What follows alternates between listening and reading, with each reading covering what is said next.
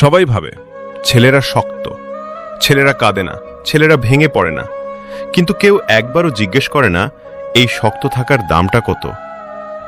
ছেলেরা ছোটবেলা থেকেই শেখে কাঁদবি না, দুর্বল হোস না, তুই ছেলে মানুষ, কিন্তু কেউ শেখায় না কষ্ট হলে কিভাবে বাঁচতে হয়। ছেলেরা কথা কম বলে, কারণ তারা জানে কথা বললে কেউ শুনবে না, আর শুনলেও বলবে এত সেন্সিটিভ কেন। তাই তারা চুপ থাকে। চুপ থাকতে থাকতে একদিন নিজের ভেতরেই হারিয়ে যায়।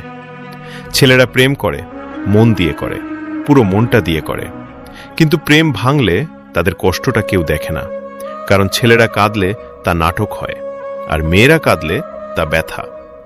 ছেলেরা দায়িত্ব নেয় পরিবারের, বাবা মায়ের, ভবিষ্যতের, কিন্তু কেউ জিজ্ঞেস করে না এই বোঝাটা বইতে বইতে তুমি কতটা ক্লান্ত।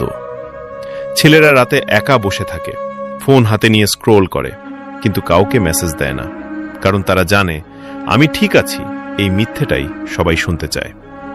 ছেলেরা হেরে গেলেও বলে ঠিক আছে, কিন্তু এই ঠিক আছে সবচেয়ে বড় মিথ্যে।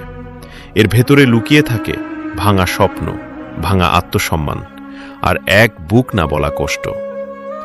ছেলেরা বাবার মতো হতে চায়, কিন্তু বাবার মতো শক্ত হতে গিয়ে নিজের অনুভূতিগুলো হারিয়ে ফেলে।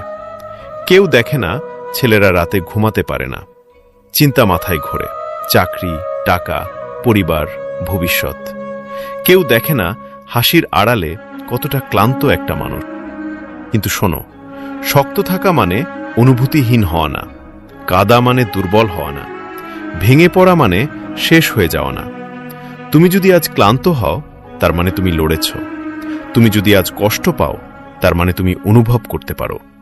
আর যে মানুষ অনুভব করতে পারে সে কখনো হালকা না। তোমার কষ্টটা ছোট না, তোমার লড়াইটা অদৃশ্য হলেও তা বাস্তব।